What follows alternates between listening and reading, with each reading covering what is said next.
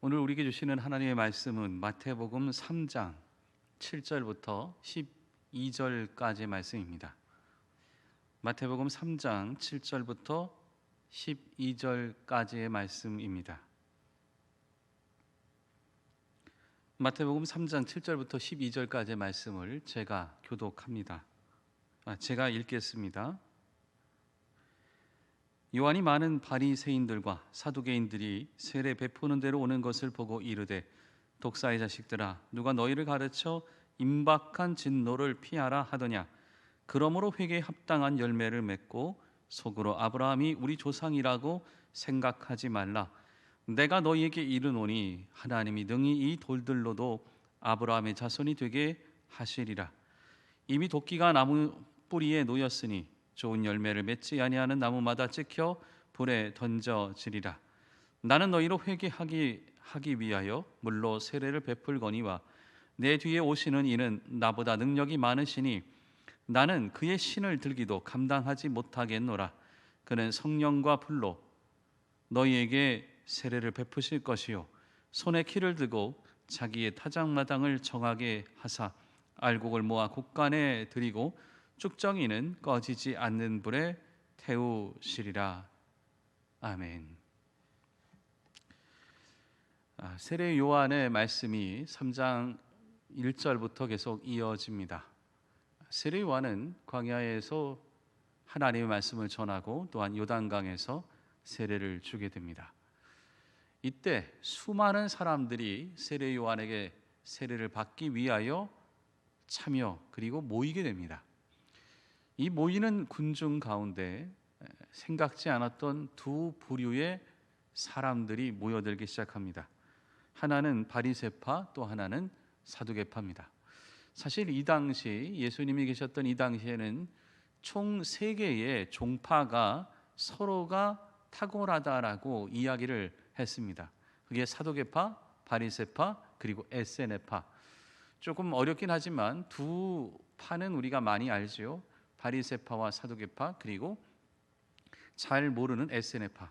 에세네파는 경건주의로 세상과 등지었던, 그러니까 세상에서 멀리 떠나서 골짜기 같은 데 살고 있었던 사람이 에세네파입니다. 바리새파와 사두개파가 있는데, 바리새파들은 의전, 의식, 이걸 굉장히 중요하게 여겼고, 직분, 교회의 직분이나 이런 것들을 굉장히 중요하게 여겼던, 그걸 아주 하나하나 따지고 들었던 사람이 바리새파입니다. 또 하나의 것은 사두개인데, 사두개인은 영적이나 내세적인 것을 존재를 부인하고 굉장히 과학적이고 그리고 이성적으로 모든 것을 판단하려고 했던 사람이 사두개파입니다. 이렇게 말씀을 들으면 좀 현재와 겹치는 것들이 좀 있습니까? 사두개파라고 말한다면 좀 약간 고리타분할 정도로 빡빡하게 믿었던 사람들, 사두개파는 좀 더 이성적이고 또한 과학적이고 또한 합리적으로 믿었던 사람들, 이렇게 말할 수가 있겠죠. 그러나 이 두 사람들의 문제가 있습니다. 바로 무엇이냐면 세례 요한에게 왔지만 마음으로는 세례 요한을 인정하지 않은 겁니다. 왜냐? 저 사람이 도대체 뭘까? 혹시 우리를 괴롭히거나 또는 우리에게 도움을 주거나 어떤 편에 속할까? 혹시 나중에라도 이것을 가지고 우리가 문제를 갖고 저 사람을 나중에 공격할 것이 무엇이 있을까? 도움이 될까? 또는 우리가 넘어뜨려야 될 것인가? 별의별 생각을 갖고 세례 요한에게 오게 됩니다. 마태복음에는 정확하게 표현이 되어 있지 않지만 누가복음 7장에 보면 아주 자세하게 나옵니다. 29절과 30절에 보면 모든 백성과 세리들은 이미 요한의 세례를 받은지라 이 말씀을 듣고 하나님을 의롭다 하되 오직 바리새인과 율법사들은 그 세례를 받지 아니한지라 스스로 하나님의 뜻을 저버리니라. 그러니까 바리새인과 사두개인들은 세례 요한에게 왔지만 세례를 받지 않습니다. 그냥 자기가 옳고 어떠한 유명한 사람이 있는데 도대체 저 사람은 뭐를 하는 것인가, 그러한 관심 정도로 오게 된 거죠. 근데 누가복음 앞에 나왔듯이 거기에 참여했던 모든 백성들 그리고 심지어 세리들도 세례 요한에게 세례를 받지만 바리새파와 사두개파는 전혀 세례받지 않고 오히려 그들을 대항하는, 세례 요한을 대항하는 모습으로 그 자리에 서 있습니다. 여기 세례 요한이 이 바리새파와 사두개인을 보고 이렇게 말을 합니다. 7절 보면은 요한이 많은 새 바리새인들과 사두개인들이 세례 베푸는 대로 오는 것을 보고 이르되 독사의 자식들아 누가 너희를 가르쳐 임박한 진노를 피하라 하더냐. 아주 정확하게 아주 힘든 이야기를 하는 거죠. 독사의 자식들아, 강하게 경고하면서 얘기를 합니다. 게다가 이들에게 뭐라고 말하냐면 임박한 진노를 피하라. 누가 하더냐? 임박한 진노가 네 앞에 있다라는 것을 말하고 있는 것입니다. 사실 여기까지 말을 한다면 되돌이켰으면 얼마나 좋겠습니까? 바리새파와 사두개인들이 자신의 길에서 돌이켜서 내가 하나님을 더 잘 믿겠다 결단하고 말씀 앞에 더 깊이 겸손하게 나간다면 아마 많이 달라졌을 것입니다. 그러면서 이 바리새파 사두개인들을 공격하는 두 가지의 것들을 이야기를 합니다. 그것이 첫 번째가 8절인데 그러므로 회개에 합당한 열매를 맺고, 회개에 합당한 열매가 있느냐 없느냐, 이것이 바로 하나님을 믿고 살아가는 사람의 기준 되는 거죠. 정말 회개에 합당한 열매를 맺고 있는가? 내가 말씀에 비추어서 나를 돌이켜 봤을 때, 내 삶을 돌이켜 봤을 때 정말 내가 잘하고 있던가? 잘못했다면 거기에 맞는 열매가 맺혀진 삶을 살고 있는가 아닌가, 이것으로 인해서 판단을 받게 되는 거죠. 여러분, 진정한 신앙인은 어떤 사람인가? 회개에 합당한 열매를 맺고 있는가 없는가를 통해서 볼 수 있습니다. 정말 내가 되돌이켜서 이거는 아닌데, 말씀이 이런 것인데 나는 잘못했는데, 그렇다면 거기에 맞는 열매가 있느냐 없느냐, 열매가 없다면 문제가 있는 신앙인, 이렇게 생각을 할 수 있는 거지요. 두 번째 것은 9절에 보면 속으로 아브라함이 우리 조상이라고 생각하지 말라. 내가 너에게 이르노니 하나님이 능히 이 돌들로도 아브라함의 자손이 되게 하시리라. 여기 보면은 이스라엘 백성들, 특별히 사두개인과 바리새인들에게 얘기를 합니다. 너희들 아브라함의 자손인 것 같고 자랑하거나 그거 갖고선 스스로의 나는 이런 사람이다 얘기할 이유가 하나도 없다.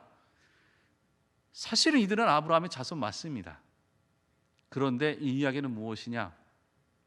내가 어떠한 행동과 결과도 없이 나는 예전부터 아브라함의 자손, 나는 예전부터 이런 모습으로 계속해서 내려왔기 때문에 나는 이런 사람이다 얘기하는 거 아무 의미가 없다라는 것을 말씀하고 있는 거죠. 아무 의미가 없습니다. 아무 의미가. 그거 바깥으로 드러나는 자랑들, 그거 차라리 하나님께서 돌들을 딱 만들어서 돌들을 가지고 아브라함의 자손 만들 수 있다. 이게 바로 세례 요한의 이야기입니다. 여러분, 신앙에 있어서 나는 어떤 모습으로 생각하십니까? 오래 믿은 것? 오래 다닌 것? 또한 내가 갖고 있는 직분? 아무 의미가 없다라는 거죠. 하나님 앞에서 나는 어떤 모습으로 살아가고 있는가?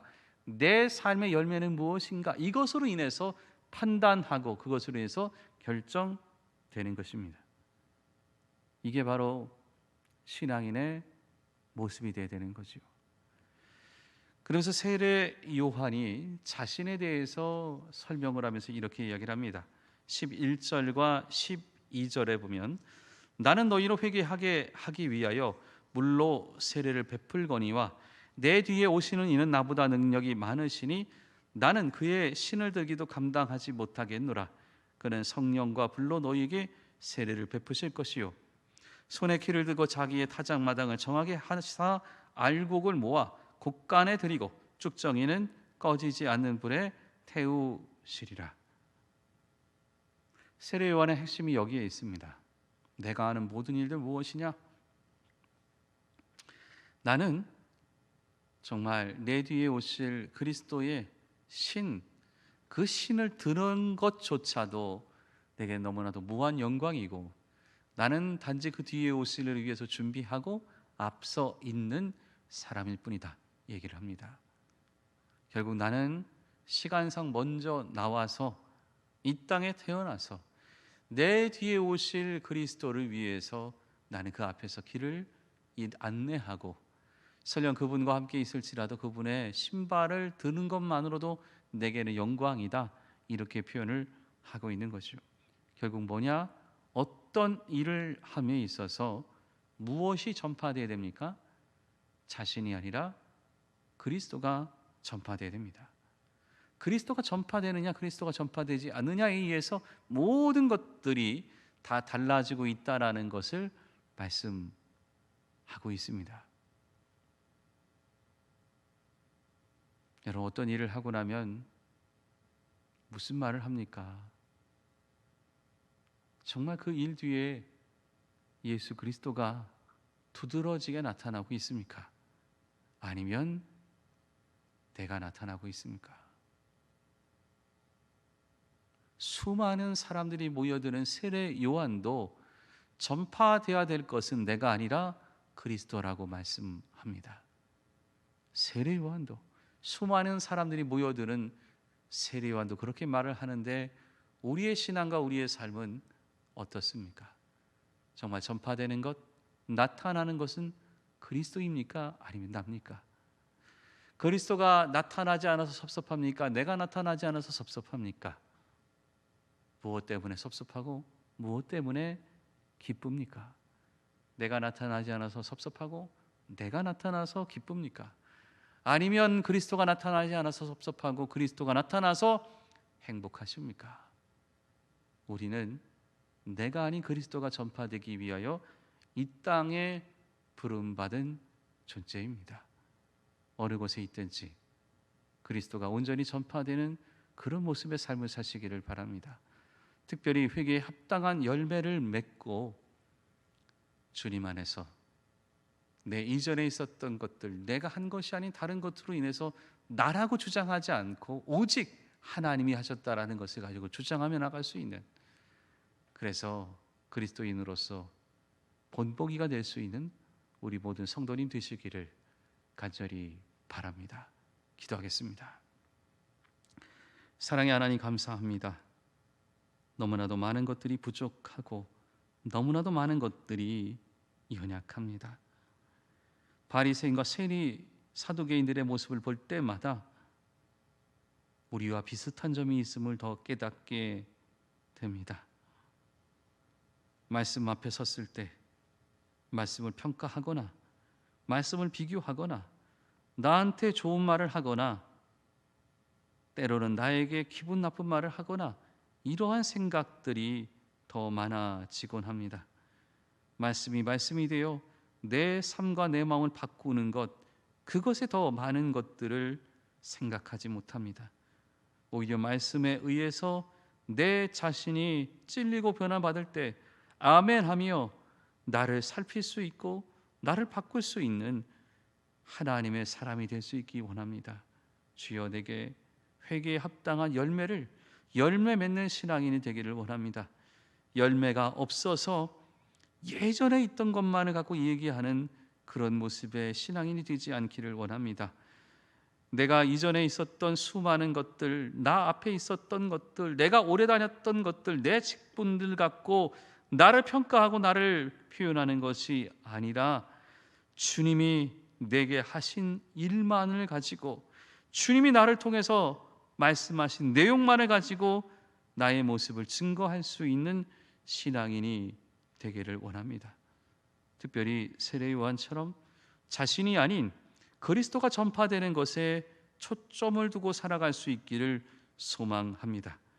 사람이 좀 많아지고 때로 시간이 지나고 때로 직분이 갖게 되고 때로 무엇인가를 하게 되면 우쭐해져서 내가 드러나고 내가 드러나야만 기쁘고 내가 사라지면 속상해하는 그런 모습 되지 않기를 원합니다.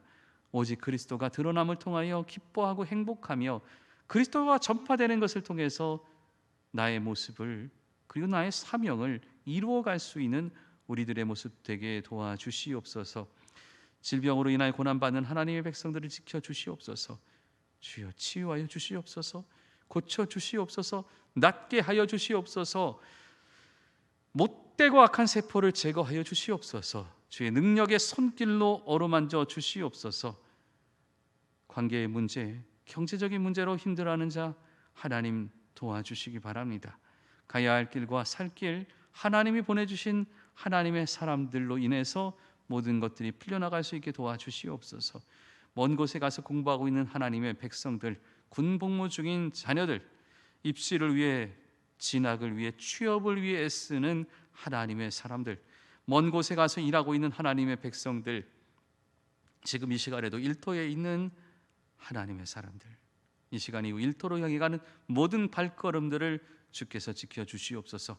특별히 주님 앞에 나와 기도하는 두 손을 꼭 붙잡아 주셔서 주님께서 이루시는 하나님의 역사를 경험하는 손길 되게 도와주시옵소서. 모든 것 감사함이 예수님의 이름으로 기도합니다. 아멘.